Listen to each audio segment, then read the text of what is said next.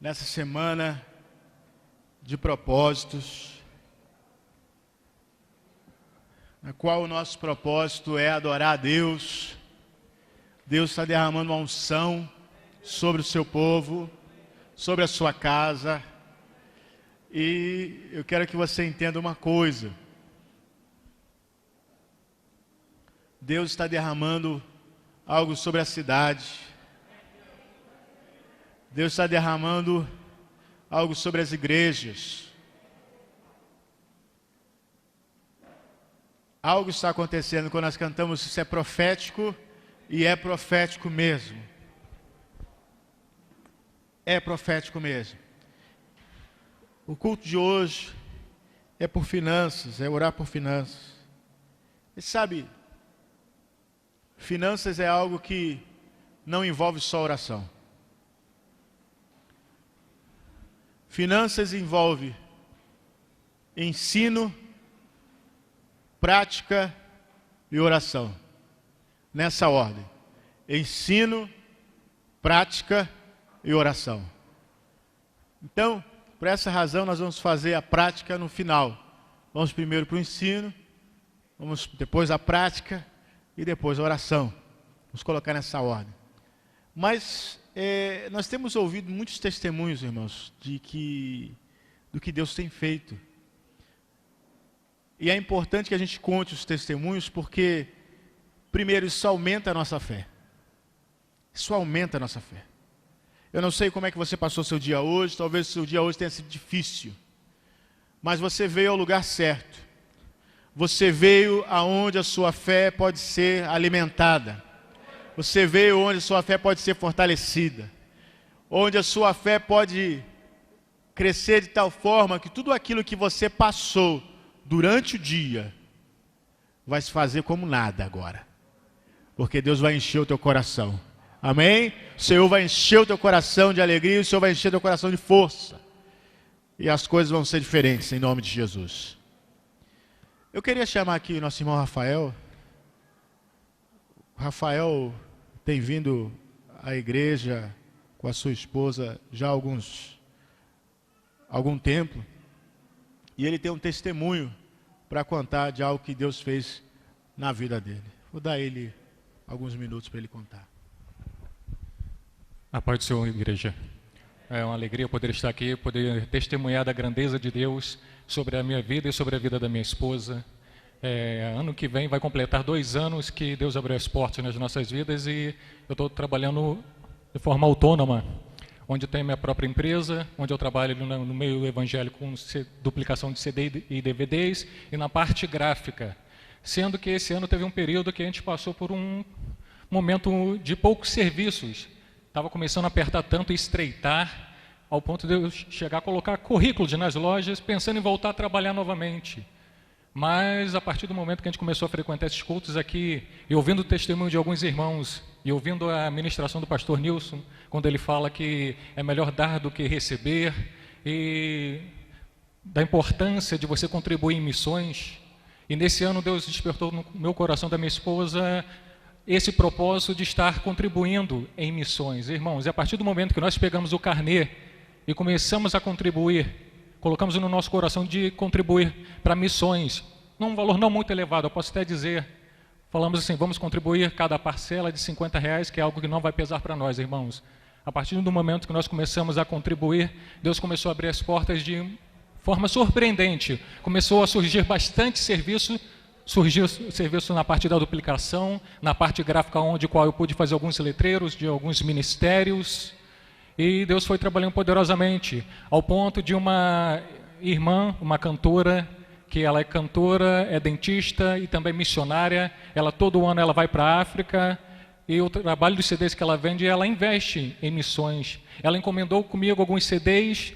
Eu senti no coração de abençoá-la com alguns CDs a mais. Eu contribuí em torno de uns 10 CDs, não foi algo tão grande. E ela ficou com uma alegria tremenda quando eu contribuí com aqueles CDs. Mais à frente, depois, eu estava precisando até terminar os tratamentos dos meus dentes. Eu propus a ela, eu falei, você não quer que de repente eu faça uns 100 CDs e a gente vê a diferença, o que vai ficar do meu tratamento? Ela foi e concordou. Irmãos, no dia que eu cheguei lá para fazer meu tratamento, os meus dentes iriam ficar em torno de quase R$ 800 o tratamento, sendo que os 100 CDs para mim, né, no caso que eu cobraria para ela, daria R$ 350, ou seja, nem para mim isso sairia, né, 350 já está embutido o meu lucro. Então, quando ela fez o orçamento que daria quase R$ 800, ela falou assim para mim, bem, para irmãos em Cristo eu costumo dar um desconto, teus dentes sairiam por 600 e alguma coisa, mas como você investiu e abençoou a minha vida, eu vou abençoar sua vida também. Vou deixar somente pelos 100 CDs do tratamento todo o seu dente. Naquele momento eu fui tomado por uma presença tão gloriosa, eu comecei a chorar. Eu falei, mas irmã, eu não quero te dar prejuízo. E ela me respondeu da seguinte forma, meu irmão, investir no reino nunca é prejuízo. Eu agradeço a oportunidade. Glória a Deus. Aleluia. Glória a Deus, né? Deus é fiel, né? Deus é fiel. Irmãos, Deus tem colocado no meu coração, eu tenho falado aqui, nós não somos comedores de sementes. A semente é para semear. Se a semente vem na sua mão e você come a semente, você não vai ter colheita, você não vai semear. Então, às vezes, né, como o nosso irmão deu, ele deu o que ele tinha, foi a semente que ele tinha. Ele abençoou e Deus fez a colheita vir sobre aquela semente. Então, se você tem, de repente você olha para a sua oferta assim, mas é tão pouquinho que eu tenho, é tão pouco que eu tenho. Nunca despreze o poder da semente. Nunca despreze o poder da semente. Porque Deus pode fazer coisas maravilhosas. Deus pode fazer coisas maravilhosas. Sabe, a palavra hoje tem o seguinte tema. Você acredita, é uma pergunta, você acredita que prosperidade financeira seja de Deus? Você acredita que prosperidade financeira seja coisa de Deus? Por que eu estou fazendo essa pergunta? Porque a gente vê, principalmente na internet, alguns teólogos aí falando, que esse negócio de teologia da prosperidade, que teologia da prosperidade. Sabe, para se formular uma doutrina, você não pode formular uma doutrina em cima de um único texto. Você precisa ter muitos textos para se basear uma doutrina. Por isso que na Bíblia nós temos a doutrina da salvação. Quando nós estudamos sobre salvação, nós estudamos a soterologia. Soterologia é o estudo da salvação. Temos diversos textos na Bíblia que falam sobre salvação. Quando nós estudamos, por exemplo, sobre as últimas coisas, final dos tempos, o que vai acontecer nas últimas coisas, nós estudamos a escatologia, que é o estudo das últimas coisas. Agora eu te pergunto, na Bíblia, nós não temos um texto que fale sobre prosperidade. Nós temos diversos textos que falam sobre prosperidade. Só Jesus é estimado mais ou menos que ele falou 20% do que Jesus falou, ele falou sobre finanças, sobre dinheiro e sobre a prosperidade. 20%. 20% é uma coisa bastante significativa, é uma quantidade bastante significativa. Se eu tenho tantas coisas a respeito de prosperidade na Bíblia, por que não pode haver uma teologia de prosperidade? Mas na teologia da prosperidade, pastor, tem muito erro, tem muito exagero, tem muita distorção. E na da salvação? Eu posso aqui numerar algumas. Primeiro, aquilo que a gente crê que é a salvação pela graça. Isso é o que a gente crê, somos salvos pela graça. Mas tem quem creia que é predestinado. Tem quem creia que uma vez salvo, salvo para sempre. Tem várias vertentes dentro dessa doutrina de salvação. E eu não vejo ninguém falando contra a doutrina de salvação. Fala assim, não, essa doutrina de salvação tem muito desvio. Cada um fala uma coisa. Não vamos pregar isso não. Escatologia. Pré-milênio, pós-milênio. Os crentes vão passar na grande tribulação, os crentes não vão passar na grande tribulação. Vai ser assim, vai ser assado, vai ser tanta especulação, tanta vertente, e ninguém diz, vamos esquecer esse negócio de escatologia, porque ninguém se entende, cada um fala uma coisa, ninguém fala isso. Mas quando se refere a dinheiro, as pessoas logo taxam, não vão falar disso não. Dinheiro é um problema sensível falar na igreja, não se pode falar. Os pastores podem pregar 1h30 sobre salvação, pode pregar 1h30 sobre o Espírito Santo, pode pregar 1h30 sobre qualquer outro assunto, mas se falar mais de 10 minutos sobre dinheiro, é um trauma. Eu lembro de pastores da minha adolescência, pastores foram meus pastores, que eles tinham verdadeiro pânico de falar a respeito de dinheiro. Tinham verdadeiro pânico. Eles faziam com que o momento das ofertas no culto passasse assim bem despercebido para ninguém falar nada. Era um momento bem discreto, por quê? Porque eles não queriam deixar as pessoas entenderem errado, pensar que eles estão interessados no dinheiro, ou pensar isso. Irmãos, deixa eu falar uma coisa. A Bíblia diz que a fé vem pelo ouvir. E ouvir pela palavra de Deus. Quando você ouve a respeito de salvação, você tem fé para receber a salvação.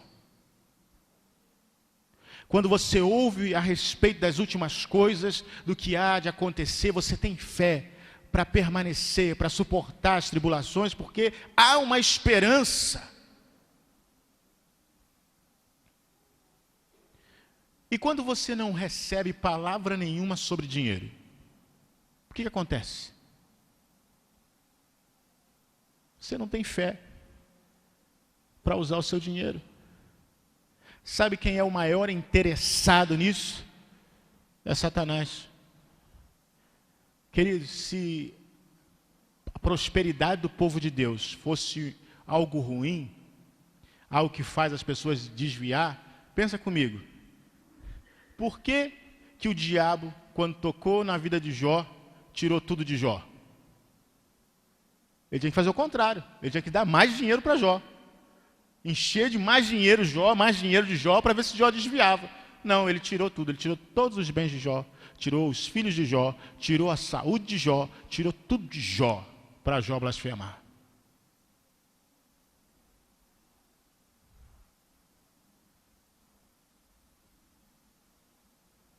Olha, o dinheiro pode ser uma tentação.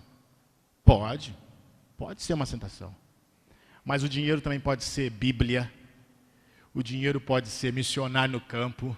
O dinheiro pode ser novos templos sendo construídos, igrejas sendo abertas, seminários sendo construídos. O dinheiro pode ser tudo isso, irmãos.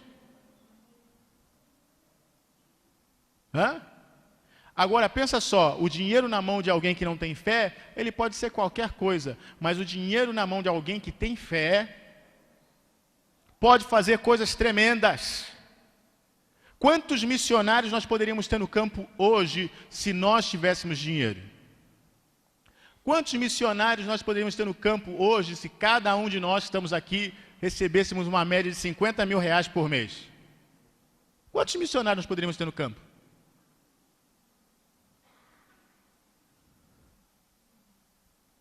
É por isso que Satanás não quer que o povo de Deus tenha dinheiro. Sabe por quê? Porque ele sabe que se você tiver dinheiro, vira Bíblia. Se você tiver dinheiro, vira igreja. Se você tiver dinheiro, vira cruzada evangelística. Se você tiver dinheiro, vira viagem missionária. Se você tiver dinheiro, a igreja compra ônibus, fala assim, todo mês nós vamos viajar, nós vamos pregar a palavra. Se você tiver dinheiro, acabou.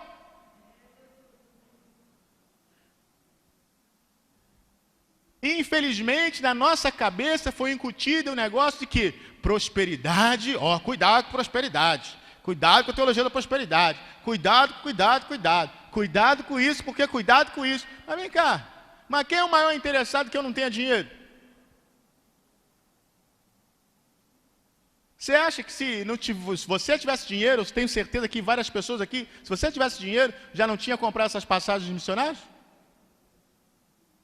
Já tinha comprado.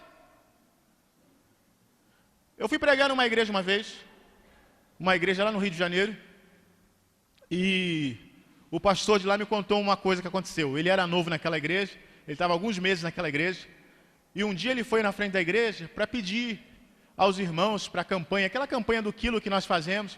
Irmãos, nós estamos precisando de tantos sabonetes, de tanto quilo de arroz para fazer a campanha e tal. E era uma igreja numa zona nobre lá do Rio de Janeiro. Ele disse que quando acabou o culto, uma irmã chegou para ele e falou: pastor, não faz mais isso não. Quando o senhor precisar de alguma coisa, o senhor fala comigo que eu trago o que o senhor precisar. Olha só, irmãos. O senhor não precisa pedir sabonete lá na frente, não. Quantos sabonetes o senhor precisa? Quanto de arroz o senhor precisa? Irmãos, muitas vezes nós estamos ensinando às pessoas o princípio. Sabe por quê? Porque o princípio é aquilo que destrava o fluxo das bênçãos. Alguém que tem o coração para dar para Deus é alguém que está aberto para receber de Deus.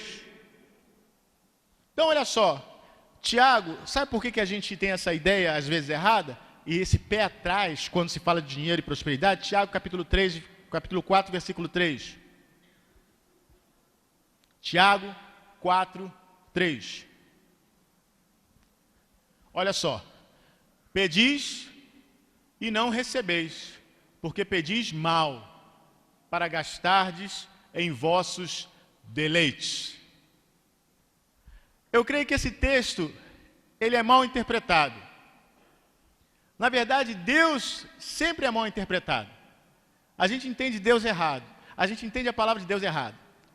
Pedis, não recebeis, por quê? Porque pedis mal, você pede mal. Para quê? Para gastar em vossos deleites. Querido, deixa eu falar uma coisa, explicar uma coisa. Quais são os seus deleites? Os seus deleites são diferentes dos meus deleites. Os nossos deleites são aquilo que a gente gosta, que satisfaz a nossa carne. Mas o que satisfaz a minha carne não satisfaz a sua carne. Nós gostamos de coisas diferentes.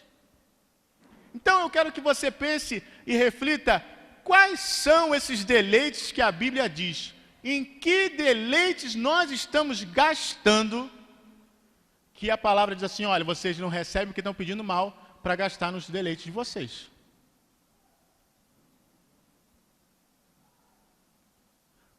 Sabe o que acontece?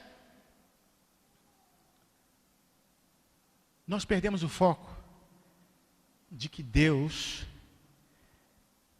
Ele se compadece das nossas fraquezas. A Bíblia diz isso.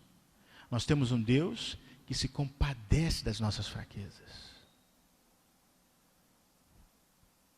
Você consegue imaginar que deleite seu que Deus condena e por isso Ele não te dá?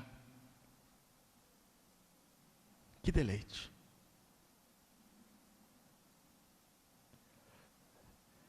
Em Hebreus capítulo 4, versículo 15.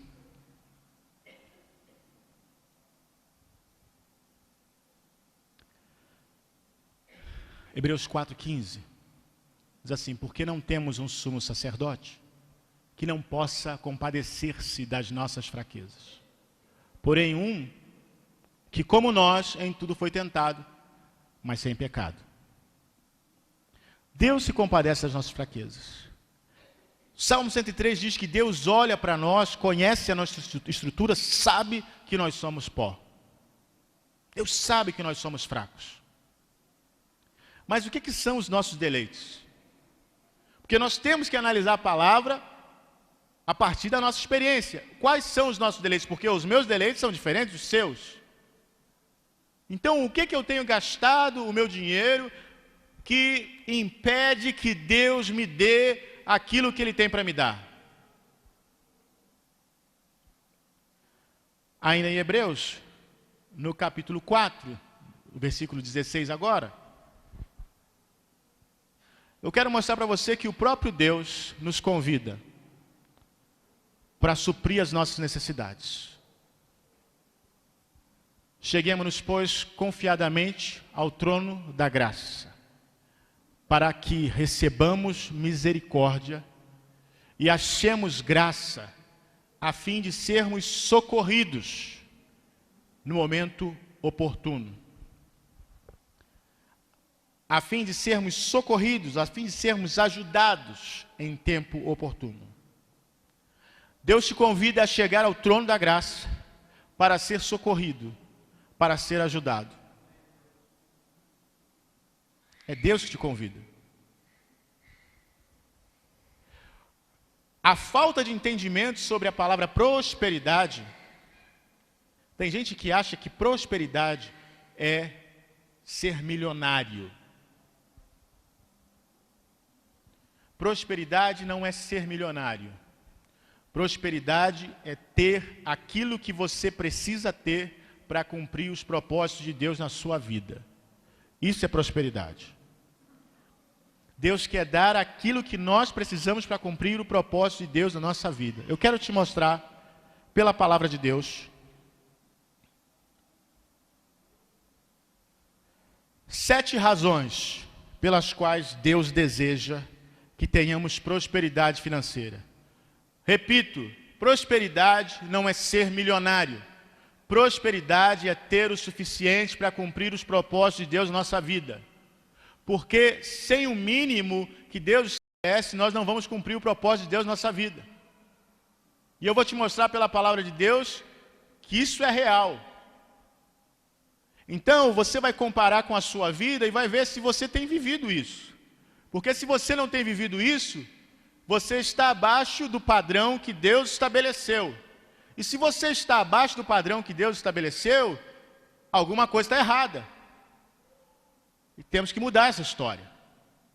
Então vamos lá. 7 razões pelas quais Deus deseja que tenhamos prosperidade financeira. Prosperidade não é ser milionário. Prosperidade não é ser milionário, e sim ter o suficiente para cumprir os propósitos de Deus em nossas vidas. Primeiro, Deus deseja que você tenha recursos para prover as necessidades dos seus familiares. Como assim, pastor? Sim. Deus deseja que você tenha recurso para prover as necessidades dos seus familiares.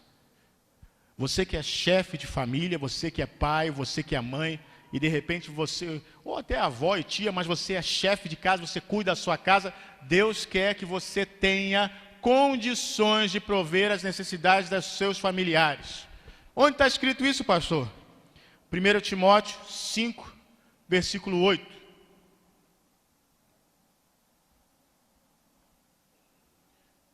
Olha o que a palavra diz. Mas se alguém não cuida dos seus, especialmente dos da sua família, tem negado a fé, e é pior que um incrédulo. Ah, pastor, mas isso aí, como é que é? Deus dá o mandamento para a gente cuidar dos nossos, e não dá provisão para isso? Se Deus não me der provisão para isso, eu não tenho como cuidar dos meus. E a Bíblia diz que se eu não cuido principalmente da minha própria família, eu sou pior do que o incrédulo, já estou negando a fé. Então, o desejo de Deus é que eu tenha o suficiente para prover as necessidades da minha casa. Se você não está tendo o suficiente para prover a necessidade da sua casa, tem alguma coisa errada, porque o desejo de Deus é que você tenha. Quando nós vemos alguém blasfemando lá fora, falando assim, aí ó, como é que pode? É crente que está passando fome. Como é que pode? É crente que fica pedindo para os outros. Como é que pode? É crente que está sendo despejado. Como é que pode? É crente e não tem como pagar a luz, a âmpula veio cortar a luz dele. Como é que pode isso? Então, Deus deseja que você tenha o suficiente para prover as necessidades da sua casa. Essa é a vontade de Deus. Isso não é ser milionário. Isso é prover as necessidades. Segundo, Deus deseja que você tenha recursos para prover. Isso aqui é polêmico. Isso aqui é polêmico. Isso aqui tem gente que vai falar, epa, pera lá. É verdade. Deus deseja que você tenha recursos para prover o sustento dos seus líderes espirituais. Ah, pastor, mas como assim? Aqueles que ministram sobre você, Deus deseja que você tenha dinheiro para isso, sim. Sabe uma coisa que Deus me falou? E chie quem quiser chiar, mas Deus me falou isso, e me falou na palavra.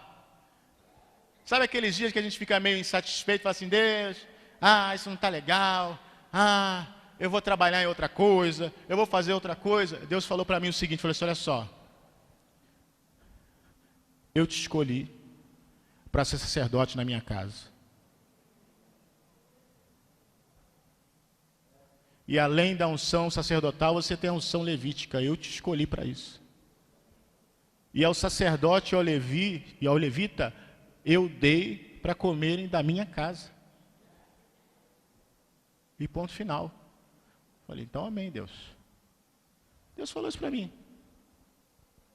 Agora, por que isso? Por que a palavra de Deus diz isso? Porque a palavra de Deus diz isso. Vamos lá o texto. Olha só o que a palavra de Deus diz no texto de 1 Timóteo 5, 17 e 18.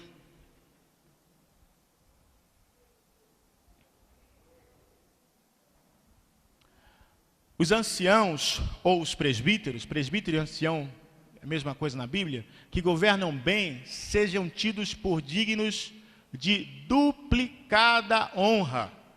Especialmente os que... Alguém pode falar assim, mas pastor, ali está dizendo honra, ali não está dizendo dinheiro. Vamos continuar lendo. Especialmente os que labutam na pregação e no ensino. 18. Porque diz a Escritura, não atarás a boca do boi quando debulha, e digno é o trabalhador do seu salário. Então, isso é uma realidade.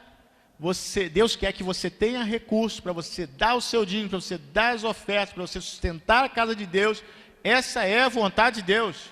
Que você tenha o suficiente para isso. Que você não faça isso chorando, com peso, assim, vou botar esse dinheiro, está sofrendo, está me fazendo falta. Não, Deus quer que você tenha bastante para trazer com alegria, dizendo, olha, graças a Deus, eu posso contribuir com a casa do Senhor, com o sustento da casa do Senhor, para que haja mais ensino, para que haja mais pastores, para que haja mais obreiros, para que haja mais expansão, para que compre outros terrenos, para que aumente o tempo, para que mais gente saia do inferno e venha para o reino de Deus. Esse é o propósito de Deus. Deus deseja que você tenha recursos suficientes para fim de enviar ministros pelo mundo para pregarem o Evangelho. Estão reparando?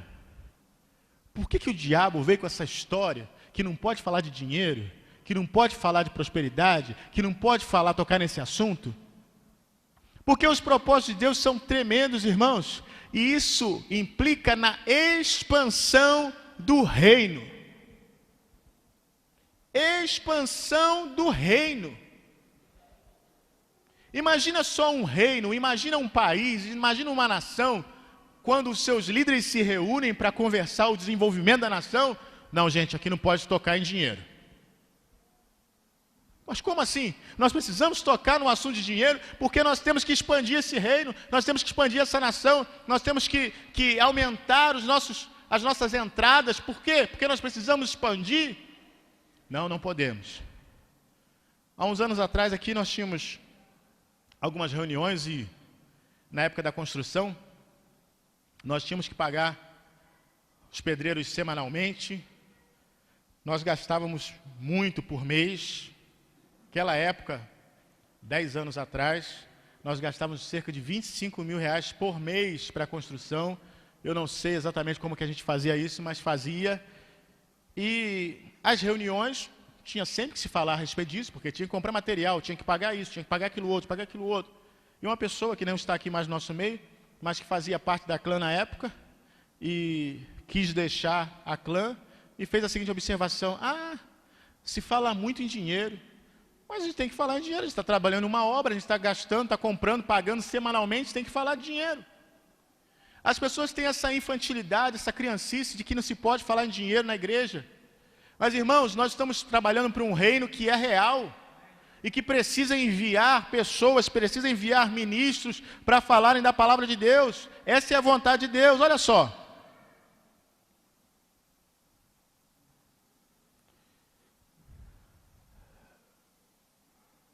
Romanos 10, 15.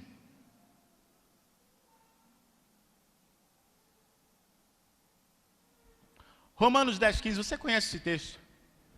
Diz assim: e como pregarão, se não forem enviados? Assim como está escrito, quão formosos são os pés dos que anunciam coisas boas. Como pregarão, se não forem enviados? Cada vez nós ouvimos no noticiário, lugares estão sendo assolados. Nós vimos lá como no Haiti, que teve aquela grande catástrofe com aquele furacão que passou. Como é que nós vamos enviar ajuda se nós não temos dinheiro para pegar um ônibus daqui a Guapimirim? Como é que nós vamos enviar alguém para ajudar? Como?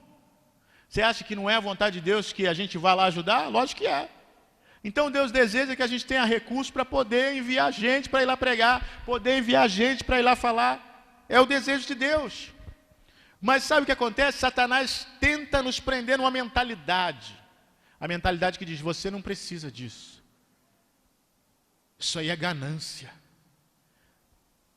Olha, eu leio na Bíblia, no Salmo de número 2, Deus falando assim: pede, e eu vou te dar as nações por herança. Deus não manda pedir pouco, não. Deus manda pedir muito. Vou te dar as nações por herança. Vem cá, como é que Deus vai dar as nações por herança se nós temos aversão a esse negócio de dinheiro? Quer dizer, a gente não tem aversão ao dinheiro, a gente gosta do dinheiro, mas a gente não gosta de falar de dar o dinheiro. Mas aquilo que você recebe, querido, Deus está te dando sementes, para que você plante essas sementes, e Ele te dê uma colheita. Pensa num mamão papai. Já contou quantas sementes tem ali dentro? Hã? Nunca contou, não? Uma pessoa teve o cuidado de contar. E achou 4.700 sementes dentro de um mamão.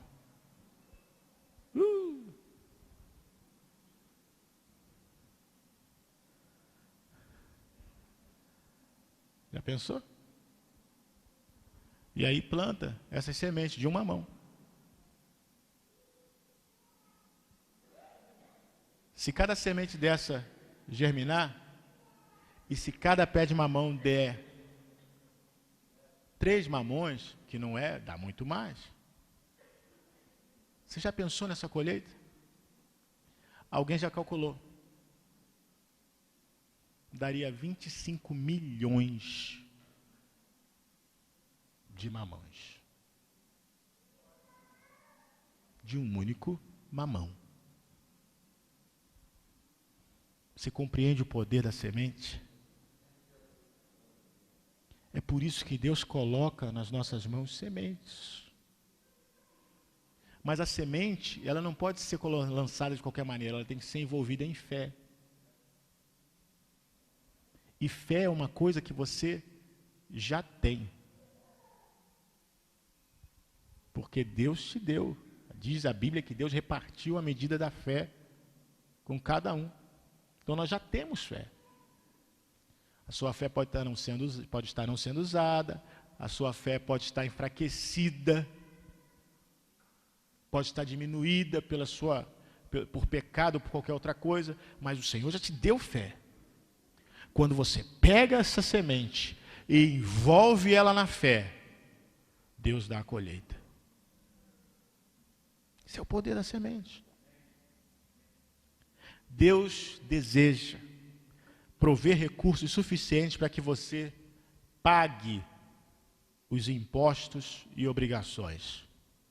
Irmãos, uma das coisas mais tristes é ver crente que não pode passar em blitz.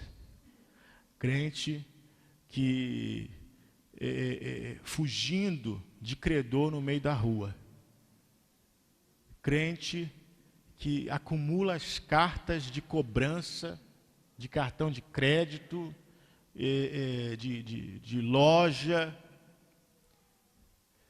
O Cláudio trabalha com loja que trabalha com crente. Você não tem nenhum cheque, nenhuma conta lá, tudo é pago em dia, rigorosamente em dia, né, Cláudio? Misericórdia. Uma vez eu fui num distribuidor evangélico, o Cláudio conhece, fui lá no Rio, a gente estava distribuindo o CD do Quero, ele me mostrou, ele falou, pastor, um bolo assim, ó, de cheques. Esses cheques eu nunca vou receber.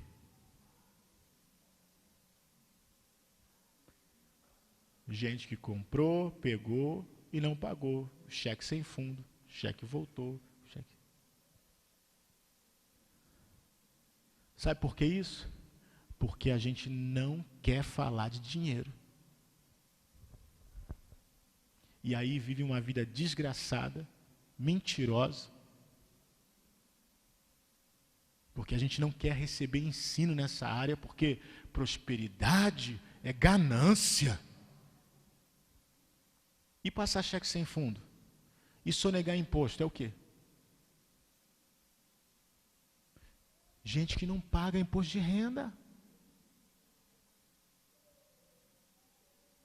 Querido, se você ganha mais de R$ 1.500, se você é autônomo, se você tem carteira assinada, isso já é descontado na sua folha automaticamente. Mas se você ganha, se você trabalha por conta própria e ganha mais de R$ 1.500, você tem que pagar imposto de renda.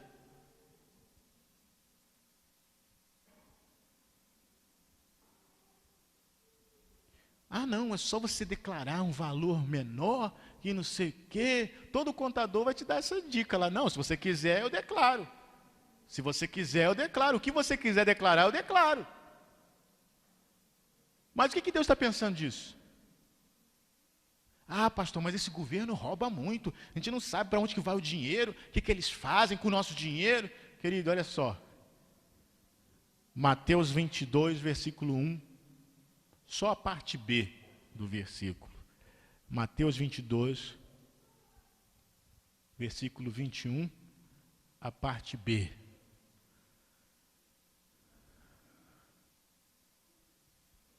Assim. Então responderam: dê a César. Então disse: dai, pois, a César o que é de César, e a Deus o que é de Deus. Você tem que pagar os seus impostos. Não importa se César é corrupto, não importa se César mata criancinha, não importa se César rouba a Petrobras, não me importa. O seu trata com Deus, não é com César.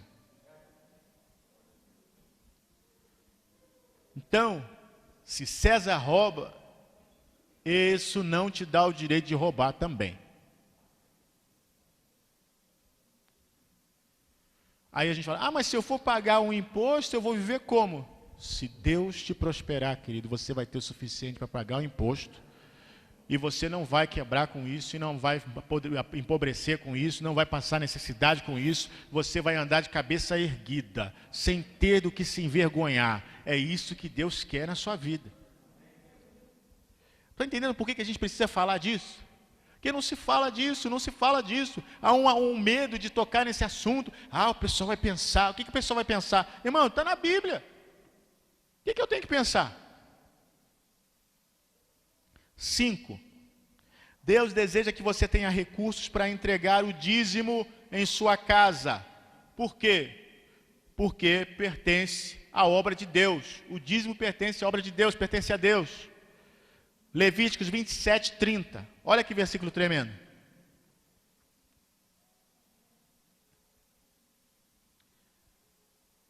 Também todos os dízimos da terra quer dos cereais, quer do fruto das árvores, pertencem ao Senhor, são santos ao Senhor. Está na palavra. A bênção da primogenitura é semelhante ao dízimo. Lá no Egito, quando o anjo destruidor passou pelo Egito, todos os primogênitos foram consagrados ao Senhor. Aqueles que tinham o sangue do cordeiro no umbral da porta, Deus poupou a vida deles, e aqueles que não tinham, Deus levou. Porque naquele dia Deus disse, todo primogênito é meu. E hoje, se você é primogênito, você tem esse privilégio. Você é do Senhor. Isso está valendo hoje. Isso foi lá no Antigo Testamento. Não, primogênito, Esaú foi penalizado. Por quê? Porque desprezou a sua primogenitura. Ele falou, isso não me serve de nada. Isso é um favor de Deus na sua vida. Você tem essa bênção, porque você foi o primeiro a nascer. E Deus diz, a sua vida é minha, há uma consagração nisso. E a mesma coisa a respeito do dízimo. Deus fala assim, olha, o dízimo é meu. Tem gente que fala assim, não tem obrigação. Gente, pelo amor de Deus, Deus é Deus. Ele fala, eu sou o mesmo ontem, hoje e eternamente. E tem gente hoje falando que não tem obrigação. Sabe, eu vi um camarada, eu não conheço ele, eu não sei de nada dele. Eu já vi alguns vídeos lá rolando na internet, lá, mas nunca tinha clicado. E eu cliquei num por curiosidade. Mas eu cliquei mais por curiosidade por causa do sobrenome dele. Porque o sobrenome dele é Carnal, mas com K. E aí eu cliquei para assistir por curiosidade. E ele estava falando uma coisa surpreendente. Ele estava falando aquilo que a gente fala. As pessoas hoje não aceitam ser corrigidas. Não aceitam. Não sei se você viu esse vídeo. As pessoas não aceitam ser corrigidas. As pessoas não querem ser instruídas. As pessoas não querem ser guiadas. As pessoas não querem ser conduzidas. Elas querem fazer o que querem fazer. E aí querem colocar uma religião onde não há obrigações. Porque agora a ordem não pode haver obrigação. Querido, é isso aí que esse governo tem pregado. A ordem não pode julgar ninguém, condenar ninguém, cada um faz o que quer e ninguém pode condenar ninguém. Ninguém pode achar ruim. As pessoas estão fazendo coisas inconvenientes na rua e você tem que passar e baixar a sua cabeça. Quer dizer, não pode baixar a sua cabeça. Você tem que passar e cumprimentar como se nada tivesse acontecendo, porque se você abaixar a cabeça, é discriminação. Por que você abaixou a cabeça quando passou perto da gente?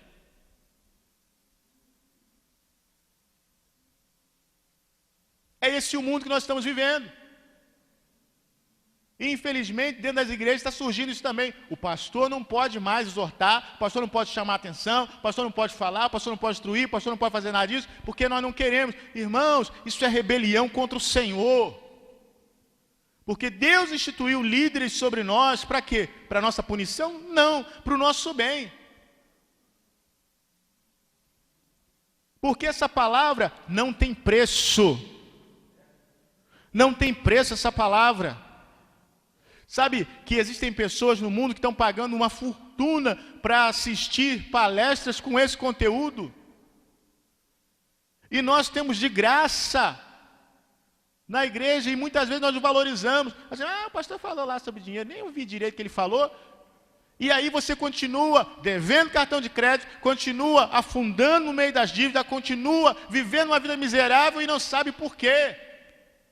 Porque rejeita a instrução. Provérbios fala assim, meu filho, ouve a sabedoria. Aceita a instrução do teu pai, aceita a instrução da tua mãe, porque eles vão ser vida para você. Ouve a sabedoria. Quando Salomão falou para Deus, Deus falou, o que você quer? Ele falou assim, eu quero sabedoria. Ele já demonstrou sabedoria no fato de pedir sabedoria. E com certeza, alguém deve ter pensado, cara bobão, rapaz, podia ter pedido dinheiro, podia ter pedido um monte de coisa, ficou pedindo sabedoria. E deve ter crente ainda hoje que deve pensar assim, poxa, por que ele não pediu outras coisas, cara? Pedir sabedoria, para quê? Irmãos, é a sabedoria de Deus que está sendo ministrada no nosso coração. Deus está falando, olha só, o caminho é esse. Trilha por ele, anda por ele. Se você andar por ele, você vai ver como Deus vai prosperar o teu caminho. Você vai ver como Deus vai fazer na sua vida. Se você começar a aplicar esses pontos, falar assim, olha, Deus me dá prosperidade para isso, porque eu quero fazer isso. Eu quero pagar as minhas contas. Eu quero ser fiel no meu dízimo. Eu quero abençoar os missionários. Eu quero fazer isso. Abençoa a minha vida, Deus, porque eu quero cumprir esses propósitos. O Senhor me criou para isso. Sexto, Deus deseja que você tenha recursos suficientes para ajudar os pobres e necessitados. Provérbios 19, 17.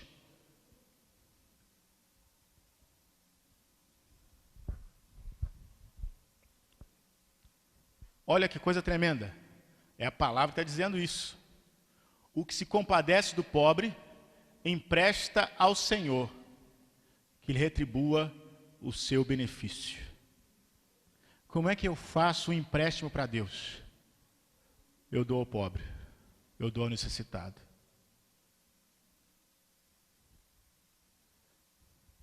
Deus está dizendo o seguinte, que quando você dá alguma coisa para alguém que está necessitado, Ele é encarregado de te pagar de volta.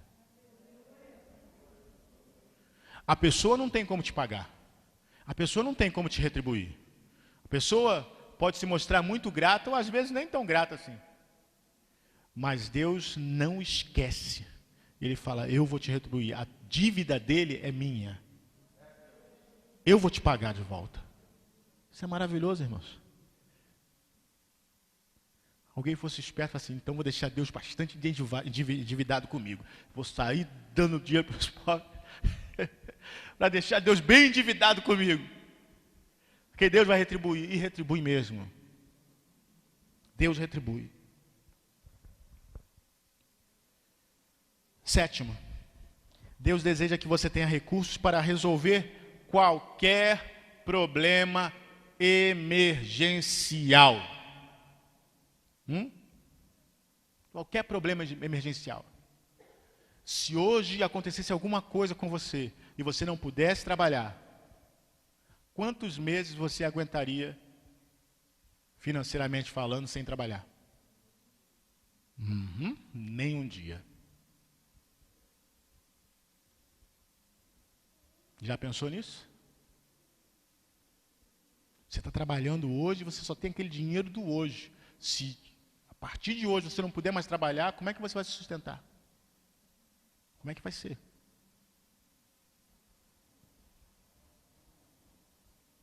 Ah, Deus proverá. Ah, Deus proverá. Deus proverá? Ou você vai incomodar alguém e falar assim, fulano, me ajuda aí. Quem dá aos pobres empresta a Deus. Hein?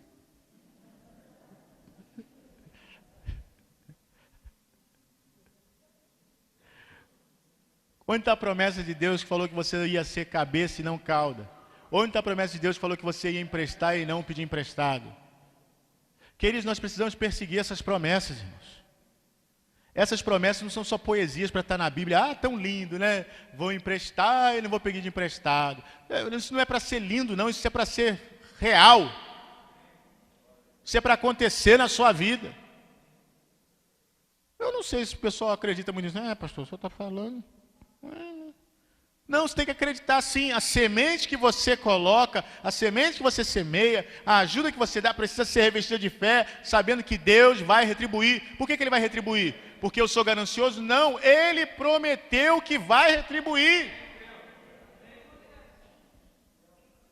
Aí por que eu vou ficar, não, cheio de Deus? Não, Deus é que sabe. Não, Deus, eu quero sim. Eu quero. Irmãos, a Bíblia fala sobre a bênção do cêntuplo.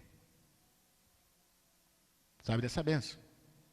A Bíblia fala assim, não há quem tenha deixado pais, mães, casas, enfim, por amor a mim, que não receba 100 vezes mais nessa vida e depois a vida eterna. A Bíblia fala isso.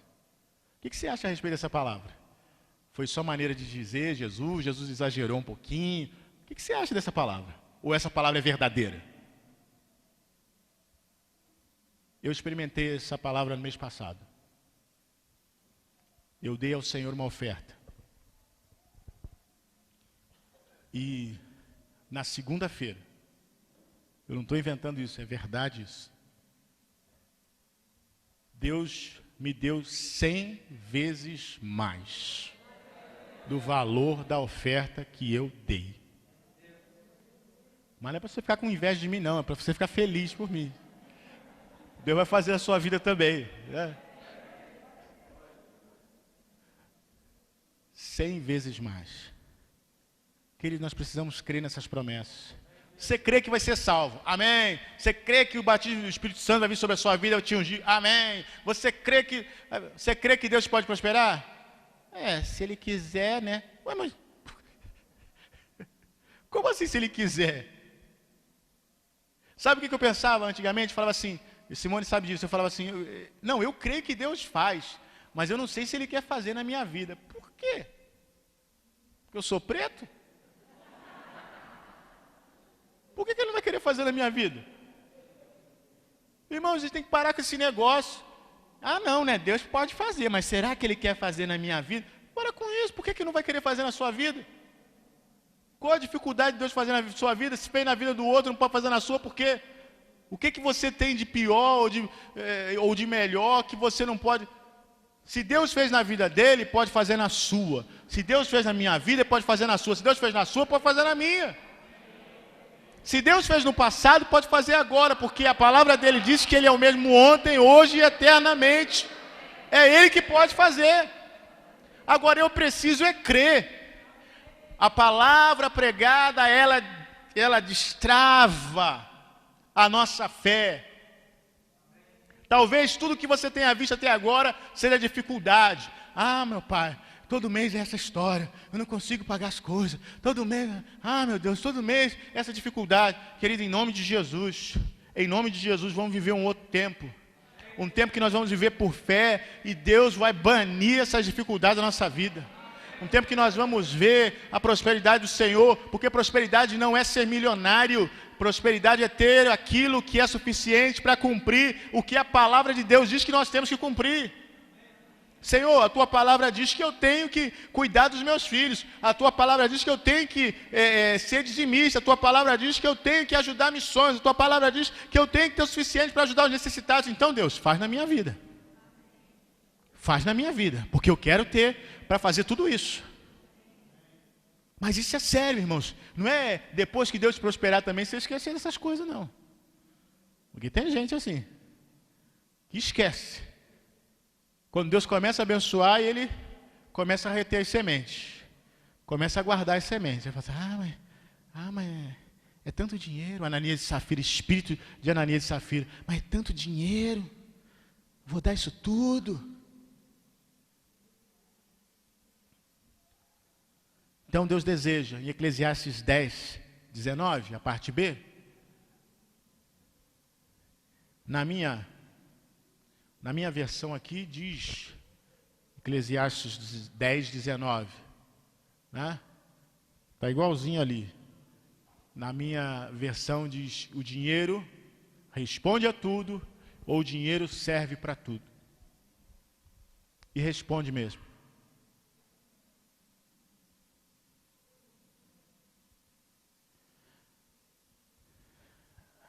Vamos entender um princípio. Nós não nos alegramos no fato de ter dinheiro. Mas se hoje você estivesse aqui, com todas as suas continhas pagas, sem preocupação nenhuma, podendo passar ali embaixo, levar uma pizzazinha para casa tranquilamente, sem estresse, você ia estar levantando a mão com mais força. Não ia? Você ia estar glorificando com mais força. Você ia estar mais empolgado. Você ia estar... Não é verdade? Eu vi um testemunho de um missionário uma vez, que ele foi pregar num lugar, e ele tinha uma nota só para pagar o táxi, e chegou na estação lá que iam pegar ele, e ele ficou esperando lá umas 2, 3 horas, e ninguém apareceu para pegar ele. E aí aquele espírito de autopiedade começou a tomar conta dele. Senhor, eu sou teu servo, estou aqui esquecido nessa estação, ninguém vem me pegar, só tem essa nota no bolso, se eu tomar um café já desintegra o táxi. Senhor, por que isso? Por que aquilo? Por que aquilo outro? Lamentando. Aí depois de certo tempo apareceu o pessoal a pegar ele, levou para ele lá, e aí ele pregou onde ele tinha que pregar, e no final deram uma oferta para ele de R$400. Ele disse que quando aquela oferta entrou no bolso dele, tudo mudou. Olha, ele sentiu a fé fluindo dentro dele. Irmãos, mas a verdade é que o dinheiro responde isso. Quando você vive uma vida derrotada, que você não consegue pagar as coisas básicas, sua autoestima vai lá no pé. Satanás te afronta o tempo todo. Tu está aí, mas cadê?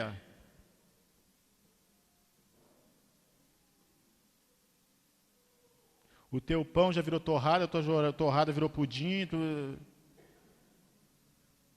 Cadê? Foi frango, foi risoto, virou pasta. E os ossos viraram adubo. Deus quer mudar essa história, irmãos. De que forma? Eu vou terminar, a gente vai orar, mas de que forma? Como é que isso vem de Deus até nós?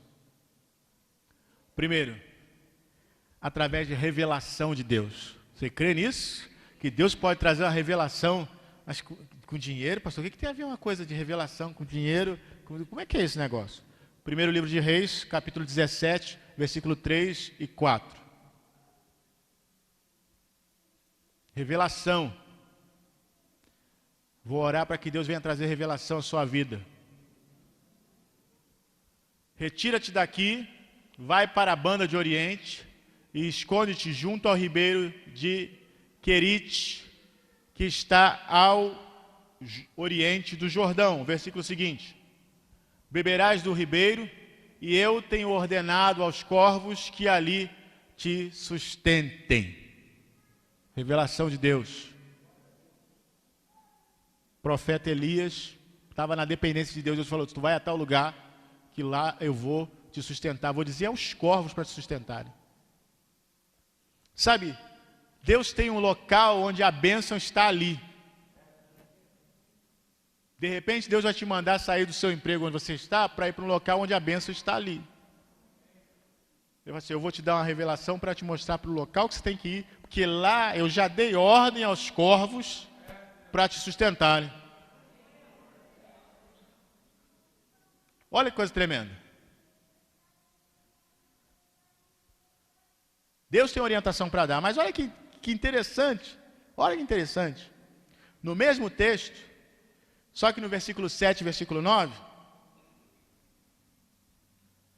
porque quando nós enfrentamos crises, Ele nos dá instruções também para vencer a crise. Mas, decorridos alguns dias, o ribeiro secou, porque não tinha havido chuva na terra. Versículo seguinte. Então Deus dá a instrução, levanta-te, vai para Sarepta, que pertence a Sidom, e habita ali. Eis que eu ordenei a uma mulher viúva ali que te sustente. Irmãos, Deus vai sempre dar orientação, te mandando para o lugar onde Ele vai te sustentar. Então nós precisamos buscar a revelação. Se você está num riacho seco, Deus quer te dar a revelação para te mandar para outro lugar onde Ele já deu ordem para te sustentar. É difícil crer nisso? Eu creio que não. O riacho secou aqui. Secou, Senhor, como é que eu vou fazer? Olha só, levanta-te, vai lá para Sarepta. Eu já dei ordem a uma viúva. E você conhece a história da viúva, né? Chegando lá, a viúva não tinha nem para ela, tinha que comer e o filho ia morrer. Só que Deus já tinha dado a instrução. Deu a instrução ao homem de Deus, falou assim, olha só. Primeiro, você vai fazer um pão para mim, um bolo para mim, e depois fazer para você e para o seu filho.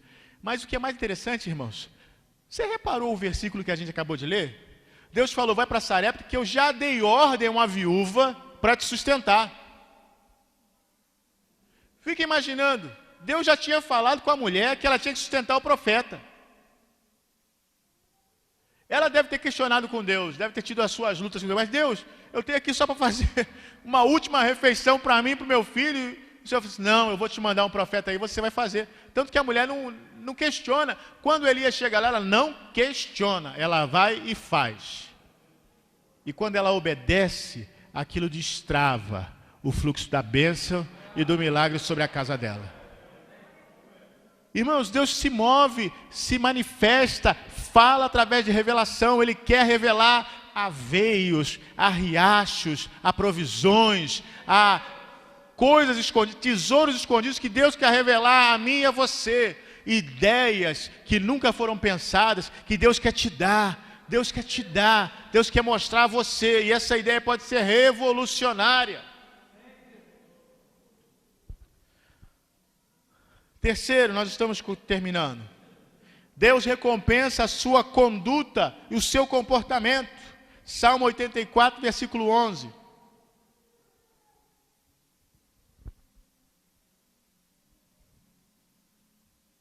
Porquanto o Senhor Deus é sol e escudo, o Senhor dará graça e glória, não negará bem algum aos que andam na retidão. Deus não vai negar bem algum aos que andam na retidão. Senhor, eu preciso de sustento nessa área, Deus não vai negar. Senhor, eu preciso de provisão nessa área, Deus não vai negar. Senhor, eu preciso disso, Deus não vai negar. Deus não vai negar, Deus não vai negar, Ele prometeu. E por último, Deus sempre promete bênçãos financeiras aos que são obedientes. Já viu esse texto que diz assim? Que o ímpio ajunta para dar para o justo? Nunca vi isso não, pastor. Está na Bíblia. Vai procurar em casa que tu vai achar. Não é verdade, Moraes? Diz que o ímpio ajunta para dar para o justo. Deuteronômio capítulo 28, versículo 1 e 2. Vamos ler alguns versículos aqui. Deuteronômio 28, 1 e 2. Os obedientes têm tudo com Deus. 1 e 2 diz assim. Versículo 1 e versículo 2. Se ouvirdes atentamente a voz do Senhor teu Deus, tendo cuidado de guardar todos os seus mandamentos que hoje te ordeno, o Senhor teu Deus te exaltará sobre todas as nações da terra. Versículo 2. E todas estas bênçãos virão sobre ti e te alcançarão, se ouvires a voz do Senhor teu Deus. Versículo 8 agora. Versículo 8. O Senhor mandará que a bênção esteja contigo nos teus celeiros e em tudo que puseres a tua mão, e te abençoará na terra que o Senhor teu Deus te dá. Versículo 12. O Senhor te abrirá o seu bom tesouro, o céu, para dar à terra chuva no seu tempo, e para abençoar todas as obras das tuas mãos, e emprestarás a muitas nações, porém tu não tomarás emprestado. Aleluia. Glória a Deus. Isso são só algumas coisas que a Bíblia diz.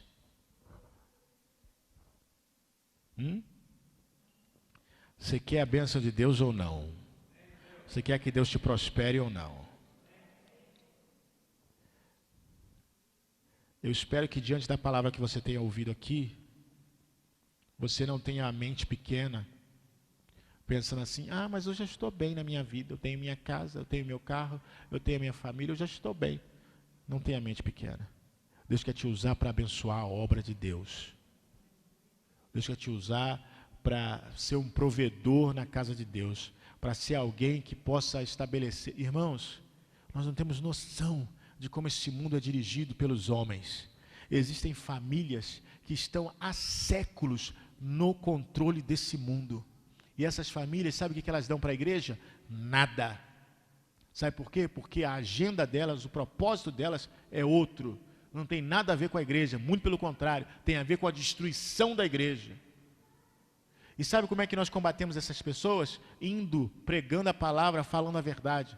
Mas como é que nós vamos ir pregar e falar a verdade se nós não podemos nem sair daqui para ir na cidade do lado?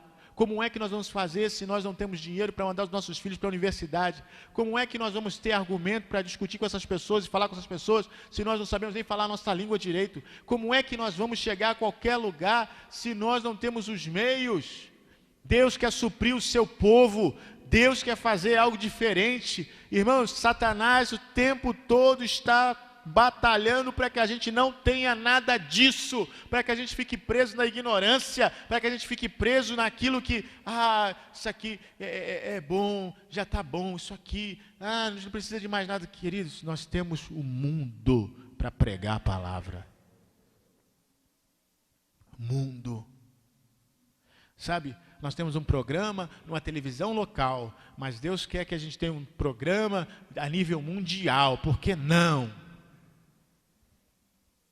Por que não? Eu não ouvi, só ouvi um amenzinho. Amém.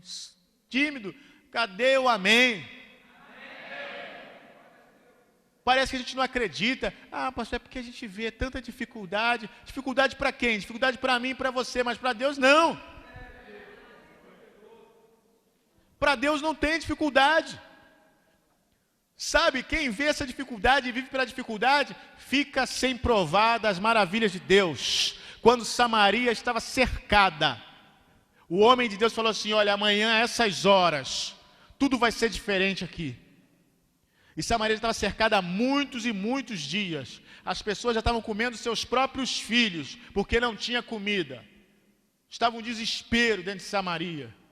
E aí, disse um capitão lá, um comandante, falou assim, até se abrisse janela do céu, é impossível acontecer isso.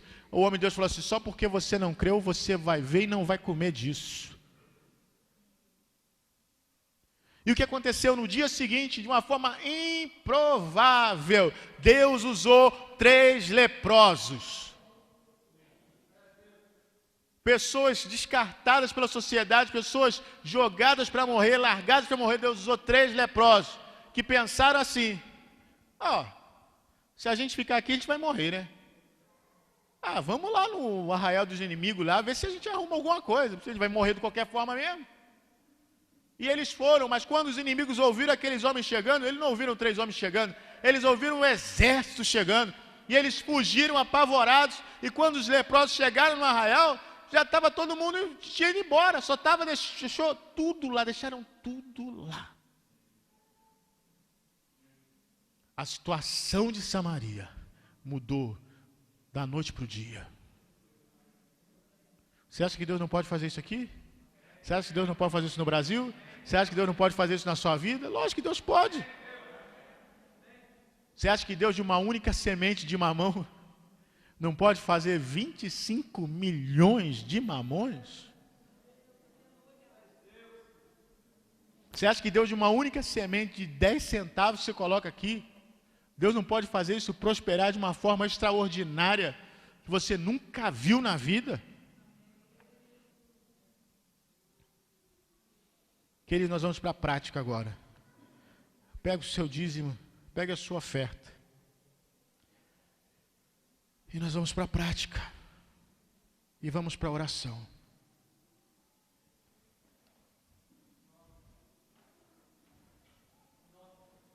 Porque Deus é Deus.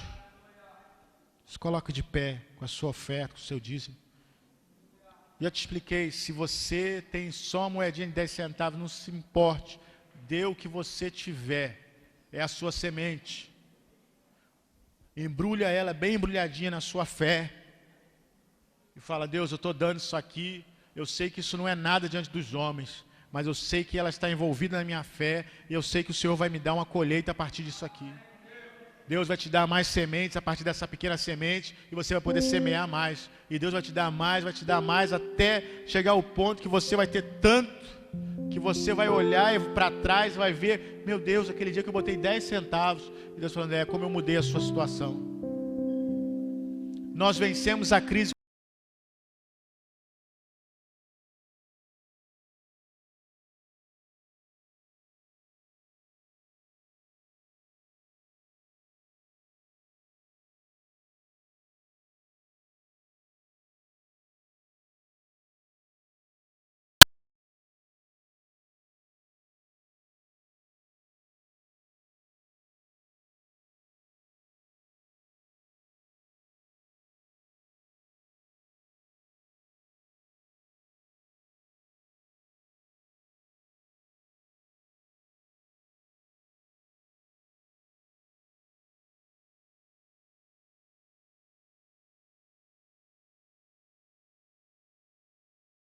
mude completamente a nossa expectativa, a nossa perspectiva, porque, Senhor, eu entendo e eu creio que o Senhor quer abençoar, o Senhor quer expandir o seu reino, o Senhor quer expandir a tua obra, o Senhor quer enviar mais servos para a colheita, para a lavoura, o Senhor quer enviar mais, Senhor, pregadores, pregadoras da tua palavra, o Senhor quer, Senhor, alcançar mais vidas, Pai, em nome de Jesus. Faz o teu povo prosperar. Senhor, nós não estamos pregando nada absurdo, nós estamos pregando aqui a tua palavra verdadeira, a palavra real, Senhor, e nós cremos que o Senhor quer nos levar a níveis mais altos. Então, nessa hora, Pai, apresentamos as nossas ofertas, os nossos dízimos. Eu sei que há pessoas aqui que estão passando por dificuldades sérias, Senhor, e é muito difícil crer quando nós olhamos as circunstâncias, e as circunstâncias parecem imutáveis. Mas, Senhor, eu só conheço uma coisa imutável. Só conheço apenas uma que é imutável. É o Senhor. Só o Senhor não muda. A tua palavra diz que aquilo que é torto, o Senhor aplana. Senhor, o Senhor é aquele que desembaraça perfeitamente os nossos caminhos. Pai, nessa noite eu te peço, Pai, derrama sobre o teu povo uma bênção tal, Senhor, como a tua palavra promete. Senhor, que eles não vão ter lugar suficiente para guardar algo sobrenatural, Senhor, que venha mudar completamente a realidade dos teus filhos. Pai, olha para cada coração que está envolvendo a sua semente agora em fé e faz, Senhor, um milagre, meu Pai, em nome de Jesus Cristo. Em nome de Jesus. Amém.